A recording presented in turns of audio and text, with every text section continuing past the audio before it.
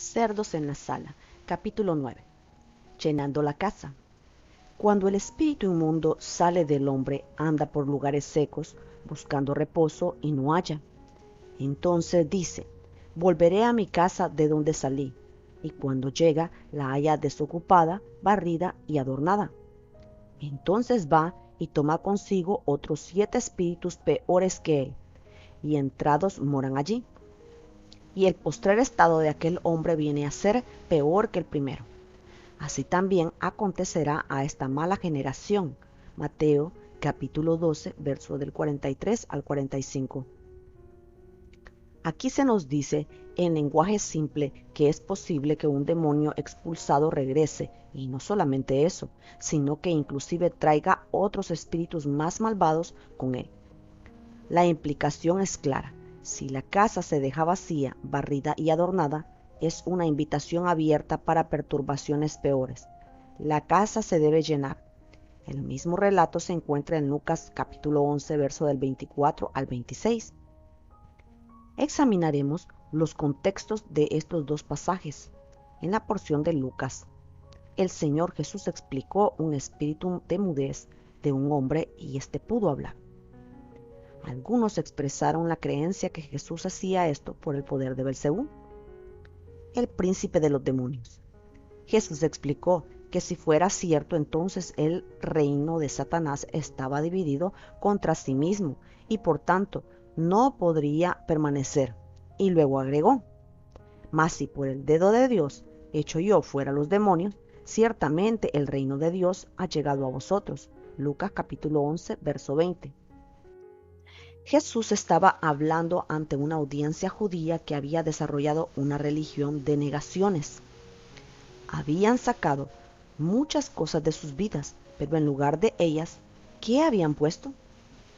Ahora rechazaban lo positivo que Jesús les ofrecía. Para enfatizar este punto, el Señor usó una ilustración que comprenderían. Si no colocaban en sus vidas algo positivo después de eliminar tantas cosas negativas, serían como el hombre liberado de demonios que no había puesto nada positivo en su vida. Terminarían en una condición peor que la anterior. El contexto en el relato de Mateo es aún más claro. A Jesús lo acababan de condenar por haber arrancado espigas en el día de reposo.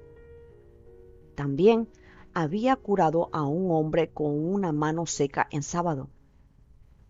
Nuevamente, los fariseos le acusaron de expulsar demonios por el poder de Belcebú. Jesús demostró que esas palabras evidenciaban un corazón perverso.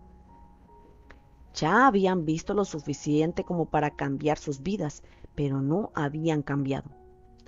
A menos que cambiasen, irían de mal en peor.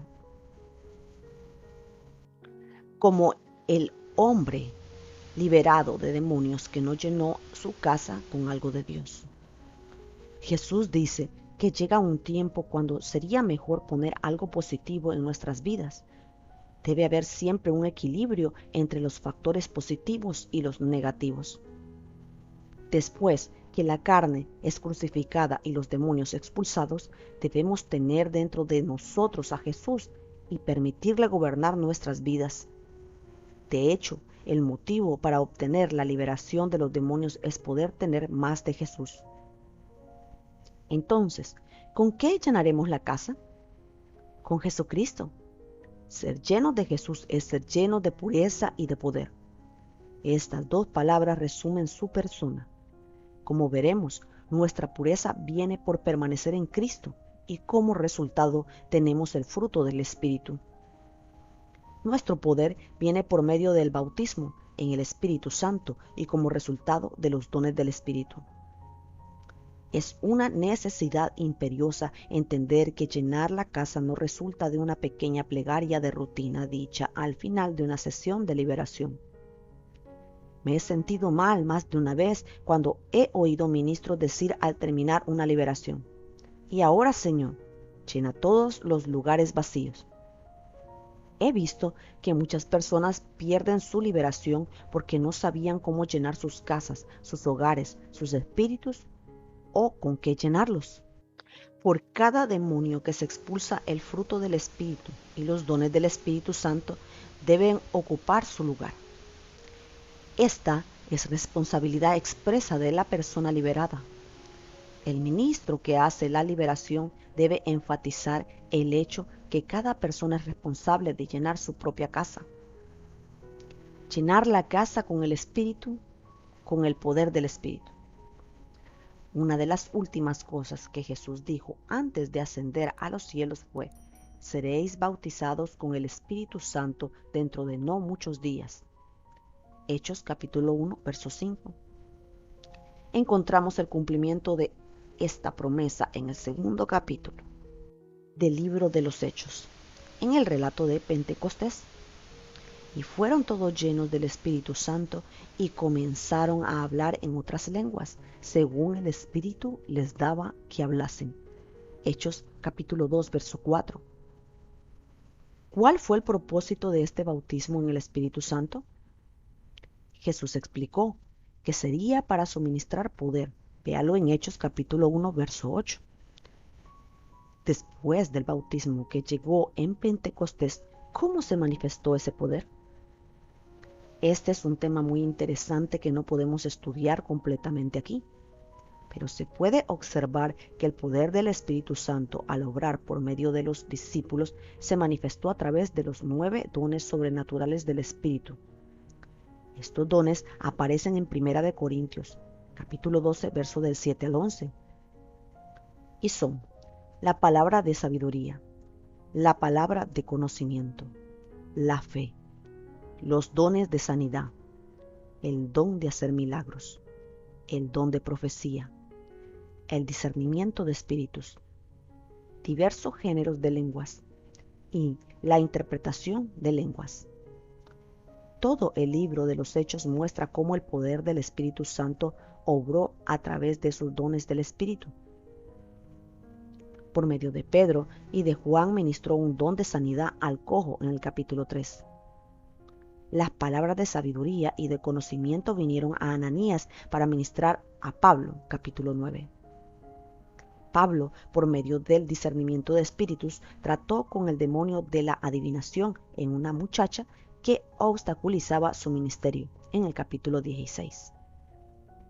Pedro habló la palabra de fe a Ananías y a Zafira, y estos cayeron muertos, capítulo 5. Por medio de Pedro, tuvo lugar un milagro de resurrección que regresó a Dorcas a la vida, capítulo 9. Mientras Pedro predicaba en el hogar de Cornelio, hubo lenguas e interpretación, capítulo 10. Y por medio de un discípulo que se llamaba Agabo, la iglesia fue bendecida con profecías, capítulo 11.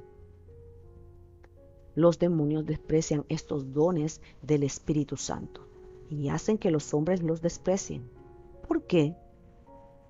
Porque la operación de estos dones sobrenaturales de poder contrarresta el trabajo de los demonios. Su presencia y acechanzas son descubiertas por el discernimiento de espíritus y por la palabra de conocimiento.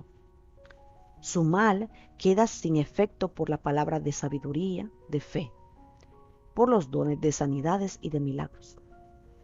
Sus planes para producir daño son minimizados por una palabra oportuna de profecía o por el don de lenguas con interpretación. No es de extrañar, por tanto, que los demonios se opongan tan fuertemente a estos dones. Los 9 dones también se dieron a la iglesia para su edificación. Satanás es el enemigo de la iglesia y se levanta contra todo aquello que está diseñado para edificar el cuerpo de Cristo.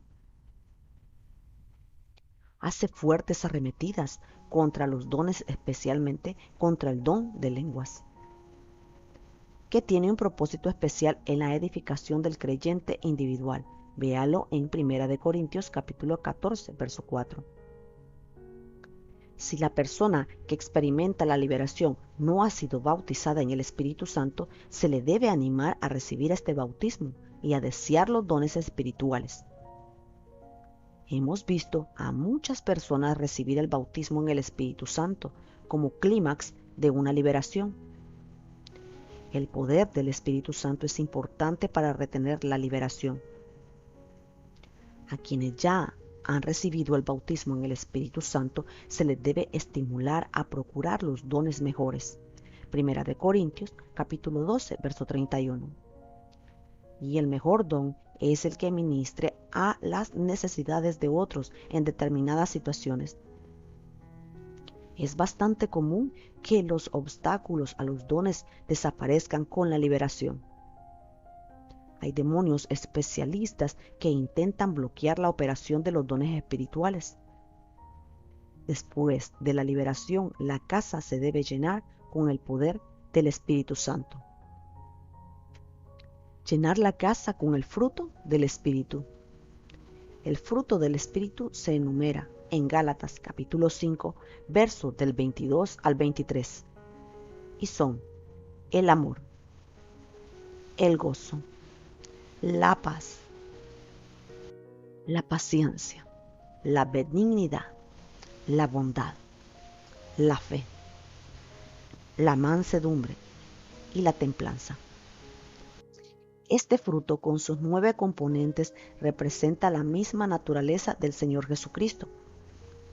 Cuando el fruto del Espíritu Santo se produce en la vida de un creyente, se identifica con el carácter de Jesús. Los demonios son exactamente lo opuesto al carácter de Jesús. Entran en una persona con el fin de proyectar su propia naturaleza malvada a través de esa persona. Así, lo que se busca con la liberación es expulsar los demonios y su influencia para reemplazarlos por Jesús y el fruto del Espíritu. A menos que esto se entienda y se convierta en una meta definida, todos los beneficios que se ganan por medio de la liberación eventualmente se perderán. De esta manera, para obtener un beneficio permanente de la liberación, la casa se debe llenar y mantenerse llena. De otro modo, los espíritus malos regresan y pueden volver con mayor fuerza antes. Lo pueden hacer mayormente, más que antes. Antes de continuar, necesitamos entender claramente cómo se produce el fruto del Espíritu. La respuesta se encuentra en la parábola de la vid y los pámpanos. Permaneced en mí y yo en vosotros. Como el pámpano puede llevar fruto por sí mismo si no permanece en la vid, así tampoco vosotros si no permanecéis en mí. Juan capítulo 15, verso 4. Nota: el fruto no se produce por acción independiente o por el esfuerzo personal, solo viene como resultado de permanecer en la vid. De manera que la palabra clave es permanecer. Permanecer en la vid significa estar conectado con Jesús de tal manera que la vida de Cristo fluya en el pámpano y se produzca el fruto. ¿Cómo se hace para permanecer? La respuesta se encuentra en el versículo 10. Si guardareis mis mandamientos, permaneceréis en mi amor, así como yo he guardado los mandamientos de mi Padre y permanezco en su amor. Permanecer es sinónimo de guardar los mandamientos del Señor. ¿Y qué tendremos por obedecer y permanecer? Sigamos leyendo. Mi amor, mi gozo, lo primero del fruto del Espíritu Santo. Cuando obedecemos tenemos compañerismo con el Señor y obtenemos su amor, su gozo y su paz. Cuando desobedecemos, se rompe el compañerismo con Dios y Satanás ha ganado una vía de penetración. Aprendamos del ejemplo de Jesús.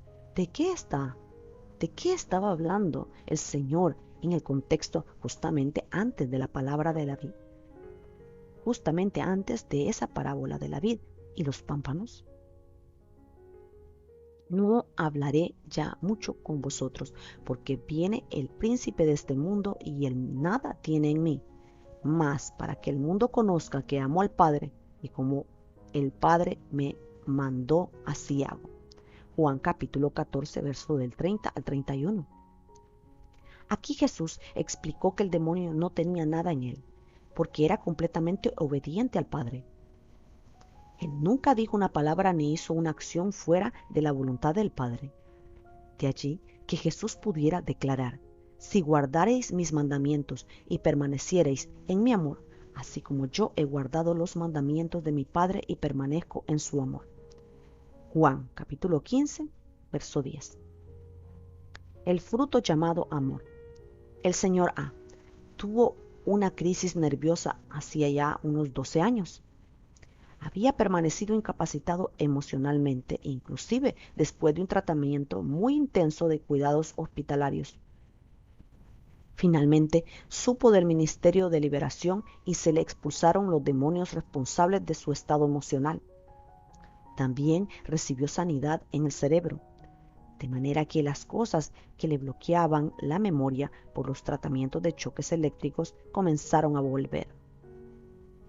Con el regreso de la memoria recordó el nombre de un enfermero que en el hospital psiquiátrico le había maltratado con mucha crueldad. Entonces, lleno de gran amargura, con odio contra ese hombre, comenzó a acariciar pensamientos de buscarlo después de todos esos años y darle muerte. En este punto, el señor A volvió para continuar su liberación. Se le explicó que debía arrepentirse de su odio y perdonar a esa persona con un acto de su voluntad. También se le mostró que, de acuerdo con Mateo capítulo 18, verso del 32 al 35, no podía ser liberado de los verdugos atormentadores sino hasta cuando él, con toda su voluntad, hubiese querido perdonar a aquel hombre. Pero el señor A no quería responder a mi petición. Sin embargo, por lo menos durante 5 minutos se sentó en silencio mientras decidía si mantener su odio o si satisfacer los requisitos de Dios para la liberación. Esto le tomó todo el esfuerzo de que era capaz, pero finalmente dijo: con la ayuda de Jesús perdono a ese hombre. Por medio de ese acto de su voluntad abrió el camino para la liberación. Porque si perdonáis a los hombres sus ofensas, os perdonará también a vosotros vuestro Padre Celestial. Mas si no perdonáis a los hombres sus ofensas, tampoco vuestro Padre os perdonará vuestras ofensas. Mateo capítulo 6 del verso 14 al 15.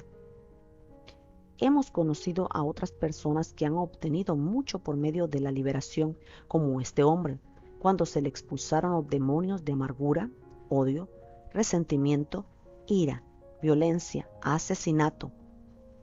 Él inmediatamente lo reemplazó con el amor de Jesús, el amor que perdona al enemigo. Inmediatamente la vida espiritual de este hombre comenzó a florecer. Los ríos de agua viva comenzaron a fluir de él y empezó a ministrar la verdad y la vida a quienes estaban cerca de él. Su alma rebosó con la paz y con el gozo del Señor. Había obedecido la orden de Dios de perdonar a su enemigo, de perdonarlo, y recibió el fruto de esa obediencia. El amor ocupó el lugar del odio. El fruto llamado gozo. JP tenía muchos problemas para ser un niño de 5 años. Sus padres habían llegado hasta el punto de la separación y del divorcio. Habían tenido mucha tensión y muchos problemas en el hogar desde el mismo instante de su nacimiento. La mamá nos contó que JP tenía muchos temores y constantemente se apegaba a ella, buscando seguridad. Era obvio que era un niño muy intranquilo y muy nervioso. En resumen, era un niño bastante infeliz, pero la madre le había traído al ministerio de liberación. Mientras ministrábamos a su hermano y a su hermana mayores, caminaba a nuestro alrededor sobre sus manos y rodillas, como si quisiera averiguar cuándo iba a ser su turno. A su manera infantil parecía sentir la importancia de lo que tendría lugar. Estaba serio e impaciente. Cuando nos dirigimos a los primeros demonios en JP, los espíritus del mal presionaron sus labios juntándolos en un desafío. Un gesto que sin ninguna duda significaba: no pretendemos salir. pero en el nombre de Jesús se vieron obligados a ceder. Salieron por la boca con mucha espuma y saliva. La batalla no fue difícil, pero duró más o menos 30 minutos. Entonces JP, sonriendo mucho, anunció: tengo que encontrar un espejo. Me siento tan bueno que debo parecer diferente. Y así era. Su cara estaba radiante y con los demonios afuera, ahora se podía ver el gozo. Hay muchas personas viejas y jóvenes como JP que son tristes. La vida se les ha convertido en una carga. No hay victoria ni esperanza de victoria. Cuán prometedoras son para quienes no tienen gozo las palabras de Isaías que describen el ministerio de Cristo y su iglesia. El Espíritu de Jehová, el Señor, está sobre mí, porque me ha ungido Jehová, me ha enviado a predicar buenas nuevas a los abatidos, a vendar a los quebrantados de corazón, a publicar libertad a los cautivos y a los presos apertura de la cárcel, a proclamar el año de la buena voluntad de Jehová y el día de venganza del Dios nuestro, a consolar a todos los enlutados, a ordenar que a los afligidos de Sión se les dé gloria en lugar de ceniza, óleo de gozo en lugar de luto, manto de alegría en lugar del espíritu angustiado, y serán llamados árboles de justicia, plantío de Jehová, para gloria suya. Isaías capítulo 61, verso del 1 al 3. El fruto llamado paz. La señora P. fue liberada de un espíritu de tormento. Ella le había abierto la puerta por un gran temor. La palabra dice que el temor lleva en sí castigo y tormento. Primera de Juan capítulo 4, verso 18. Ella describía cómo en ciertos momentos una agitación llegaba y la dominaba completamente. No podía actuar ni pensar en su manera habitual, sobria y estable. Cuando se encontraba en uno de esos estados de agitación, decía a menudo: ¿por qué estoy obrando de esta forma? Esa no soy yo. Cuando disminuía la presión de las circunstancias que el espíritu de tormenta había activado, comenzó a ver que un espíritu estaba creando crisis en su mente que no existían en la realidad. Cada vez después que el espíritu se había manifestado, se sentía mal, agitada, con un ardor en su interior y llena de condenación. La palabra dice: si es posible, en cuanto dependa de vosotros, estad en paz con todos los hombres. Romanos capítulo 12, verso 18. Este espíritu de tormento y de castigo hacía que la paz se perdiera, no solamente en ella, sino también en su familia. Después de expulsar este espíritu y varios de sus acompañantes, vino a ella una gran paz. Al día siguiente continuaba hablando de la paz de su interior. Sin embargo, el espíritu se mantuvo haciendo intentos para crear crisis de temor en su mente que la abrieran para retornar. 2 veces tuvo éxito. Consiguió regresar y fue necesario echarlo fuera de nuevo. Pronto ella aprendió a conocer los trucos de los demonios y cerró la puerta por medio de la fe y la confianza en Dios. Ahora tiene una libertad total. Esto la ha liberado y la ha constituido en un canal para que el fruto de paz del Espíritu fluya a través de ella hacia otros.